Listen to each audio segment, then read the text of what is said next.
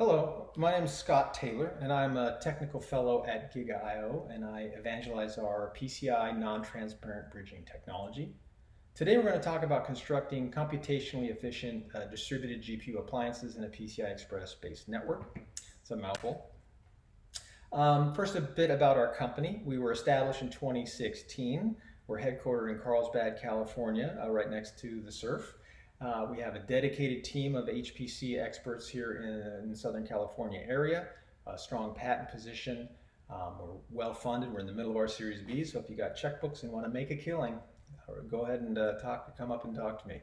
We're on our second generation of products. We have a Gen 3 switch. We have now going to be releasing a Gen 4 switch here shortly, and we're on our 2.1 release of software.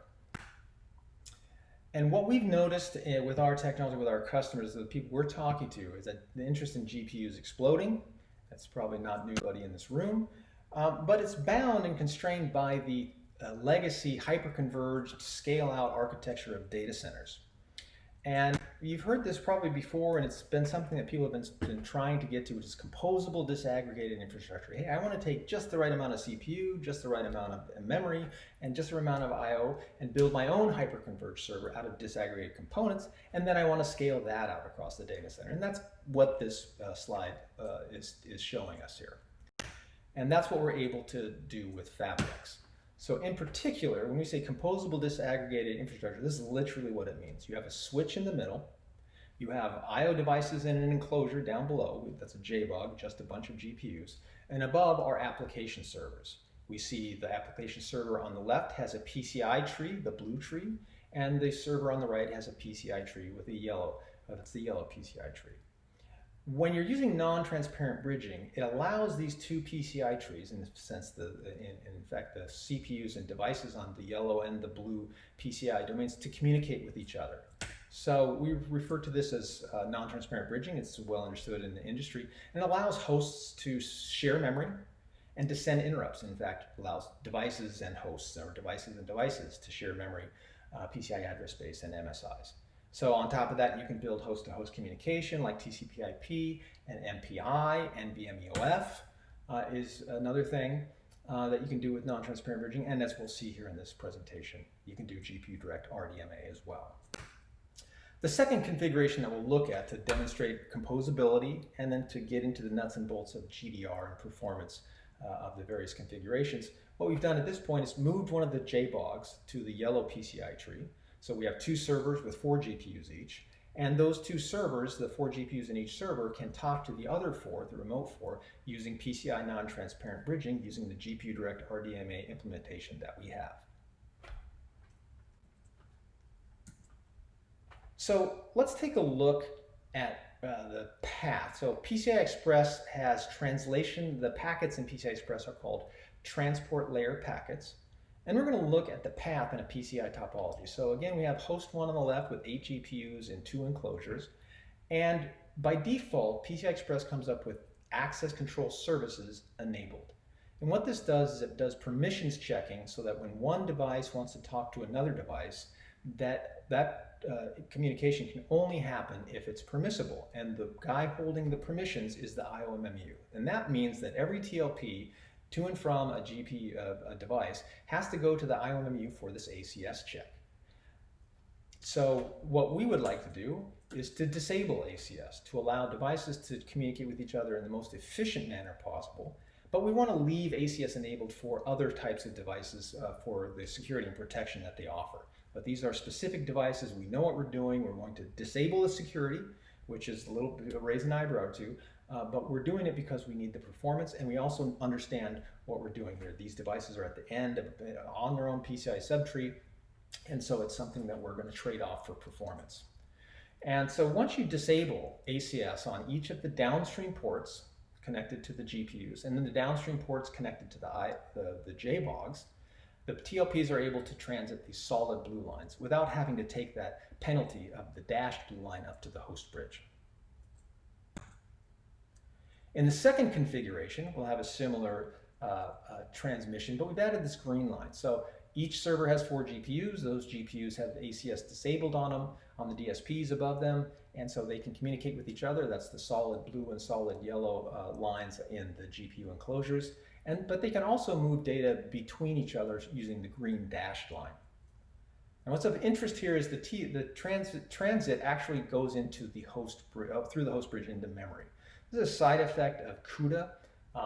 We can and have hacked together the ability to move data between GPUs without having to transit the host bridge, but it has dependencies on CUDA software that we don't own. So this is the working functional implementation, and we'll evaluate that.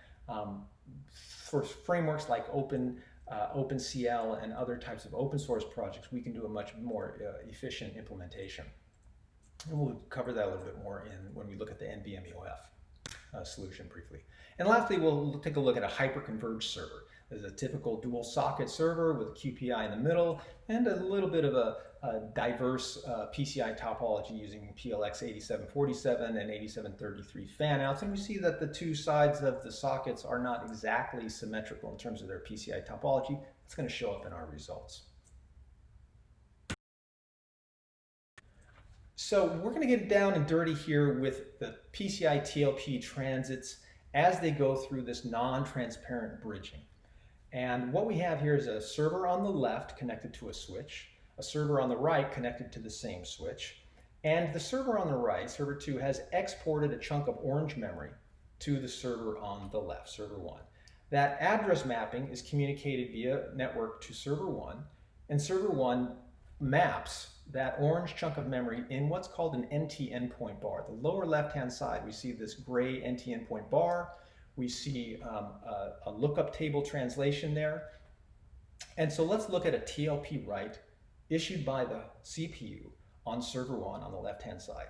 The gray memory write TLP of 32 bytes enters the PCI topology, is address routed downstream towards the NT endpoint bar because that is what it targets.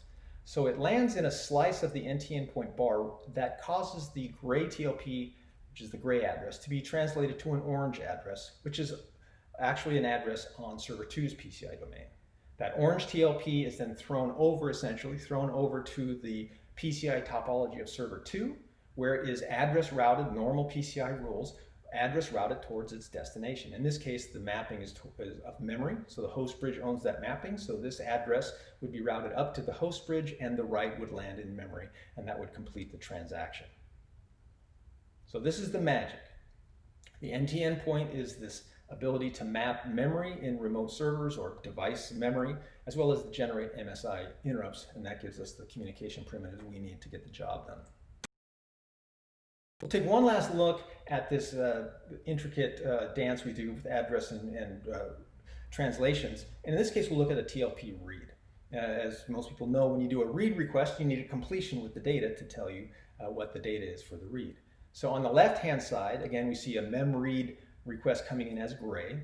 And in this case, there's a requester ID field for the memory read, and that's how the completion will be routed. The requester ID is essentially a bus device function number, a BDF. So we come in here with a memory read originating from the host bridge with a requester ID of 0101, targeting an address of E1000. That E1000 is actually mapped to the server on the right, and we see the second memory read TLP is colored orange because we changed the requester ID to be 0B0A, and we've changed the address to be 2000. That orange packet is then thrown over towards server 2, where it is address routed up towards the host bridge. The host bridge completes the read and generates a completion packet, a response.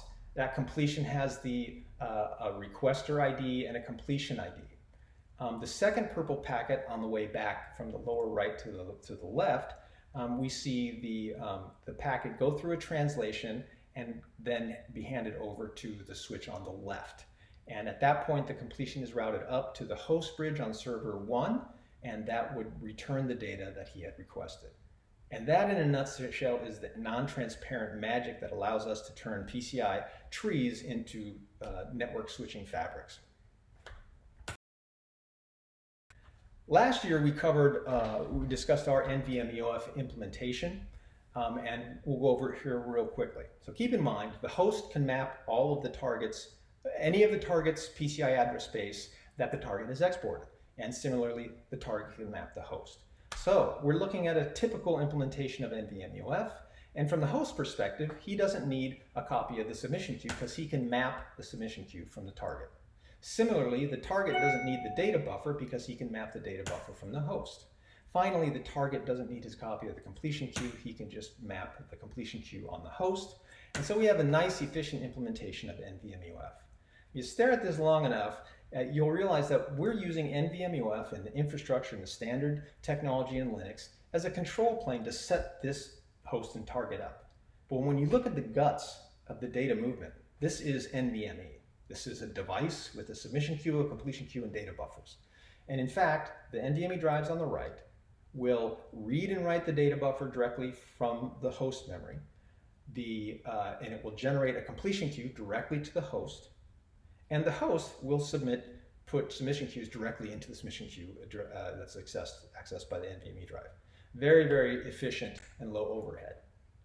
When we look out at NVMe-oF currently with Gen 3 devices, everything that's in play is good enough. You've got hundreds of nanoseconds of NVMe-oF transport overhead, whether you're using RDMA or Ethernet or TCP/IP. But as we get to Gen 4 and Gen 5, these NVMe devices get down into the single-digit latencies. And at that point, your NVMe-oF transport is going to have to get much, much tighter. And that's where our technology is really going to shine. So we're looking forward to Gen 4 and Gen 5 for our NVMe-oF solution. Okay, so now we'll get into the nuts and bolts of the GPU testing that we're going to do. The hardware that we're using are Supermicro servers. Primarily, we're using 2 Skylakes. And we're also using an old Haswell that is our dual socket hyperconverged server. The GPUs we're using are RTX 6000s. They have 24 gigabytes of high bandwidth memory. They also have a connector for an NVLink cable called NV-SLI. That allows you to move data between a pair of GPUs at over 100 gigabytes a second. And we'll look at the effect that has on performance. Finally, the software we're using is the FabreX software on the host that's CentOS 7.7 with a GigaIO 5.3 Linux-based kernel. We need the latest and greatest from the Linux NTB community as well as the Linux P2P DMA community, so that's why we're at the 5.3.0 kernel. And the version of our FabreX software is 2.1. We'll be using CUDA 10.2 and Nickel 2.5.7. We're going to run 4 different tests, starting at a base with some micro benchmarks, some meta micro benchmarks, and then finally some MLDL benchmark applications. And we're going to see the effect of these various configurations on the efficiency of compute that we get from these configurations. So the first micro benchmark we're going to use is a CUDA sample program called P2P bandwidth latency test. It has a unidirectional bandwidth, a bidirectional bandwidth, and a latency output. We're just going to look at the bidirectional bandwidth and latency. There's information on this test available at NVIDIA's website. So recap real quick, we're going to compare ACS Enabled on the left-hand side, got to transit the IOMMU, and then we're going to look at ACS Disabled on the right-hand side. So we're going to look at 2 heat maps. Side, we have ACS Enabled, IOMMU transit is required, and on the right-hand side we have the IOMMU transit not required because ACS has been disabled. So this green diagonal line is the data movement within the GPU. We see 550 gigabytes a second. That's the high bandwidth memory on the RTX 6000. But surrounding that are a bunch of orange cells running at 5 gigabytes a second. Theoretical maximum for a bidirectional PCI link is 32 gigabytes. We're well below that, a fifth of the theoretical max. On the right-hand side, with the ACS disabled, we see all the pairs of GPUs are able to talk at just about the real-world max for PCI Express. 25 gigabytes of full duplex is a pretty good number given the theoretical limit of 32 gigabytes. Latency, and we see a similar pattern again. Ugly red and orange on the left-hand side at 20 plus microseconds. Nice, clean 2.25 microsecond latencies on the right-hand side. Takeaway is that you want to disable ACS for these high-performance PCI, peer-to-peer, GPU direct RDMA, and in our case, NVMe-oF. You don't want to pay the penalty of having the IOMMU do these checks. Okay, next we'll look at this configuration, but this time we'll compare ACS disabled with the same setup, but with the NV-SLI cables installed. And we'll see the effect that that has. On the left-hand side, they look mostly similar, but on the right-hand side, you can see there's a grouping of 4 cells along the diagonal, and that is the NV-SLI cable. So you see here, like along row 0, column 1, you see that is 93 gigabytes a second. So you're going 3, almost 4 times the bandwidth of PCI Express. So that's a good thing. And if you were using a DGX1 with a mesh, you'd see much more green on this slide and higher numbers. And if you were using the DGX2, you would see green across the board. You would have paid a lot more money for it too as well. Look at latency. What's interesting here is on the right-hand side, the latency of NV-SLI is actually higher than PCI Express. And we'll see if that has any effect on our real-world results and our micro benchmarks. So next we'll look at hyperconverged versus composable disaggregated infrastructure and see the effect. On the left-hand side, again, it's a little bit busy. You got QPI, a little bit of a distributed topology, and we got a kind of a nice clean tree on the right-hand side. So let's take a look at those heat maps. As we'd expect, on the left-hand side, hyperconverged server, we see 4 quadrants. The upper right and lower left are red. They're at much lower bandwidth because of the QPI transit. So we're seeing 3+ gigabytes a second because you're paying the penalty of transiting the QPI. The upper left-hand corner looks a lot better, and the lower right-hand corner it has a lot of variance in it, and that's going to be that asymmetric topology we saw of the PCI trees. On the right-hand side, we see a nice consistent 25 gigabytes a second between all the pairs of GPUs. And again, with latency, we see a very similar result. So this teaches us that PCI topology matters, QPI transits are a problem, and so we avoid those with composable disaggregated. Okay, next we'll look at the nickel collective tests. And what this is going to allow us to do is compare a single node with 8 GPUs versus 2 nodes with 4 GPUs each. The nickel collectives are described pretty well on the nickel test GitHub page. We're running these tests all gather, all perf, broadcast, reduce perf, reduce scatter perf. These are the commands we use. It's MPI run commands for a single node and an MPI run for multiple nodes. And the first test we'll do is on the left-hand side, we have a single node with 8 GPUs with ACS disabled. On the right-hand side, we see the 2 nodes with 4 GPUs each and GDR between those groupings of 4 GPUs. So we're going to evaluate the performance of those nickel collectives. Again, this is a macro benchmark, if you will, of collectives, or a micro benchmark of the collectives, and it's going to do nothing but collectives. It's not doing a bunch of compute or data movement to and from host memory. Okay, so just pounding on collectives, we see, as we might expect, that a single server is able to get much better bandwidth using GPU direct between all 8 GPUs than a 2-node server with 4 GPUs, where 4 GPUs would use GPU direct amongst themselves, and the pairs of 4 GPUs would have to use GDR between them. So we see about half the bandwidth as the cost of doing business with GDR if your application did nothing but collectives. And we'll see this for all the tests. So I'm going to flip through these rather quickly. On the left-hand side of the legend, we see the blue and orange lines are the single server, and the gray and the yellow lines are the dual server GR config.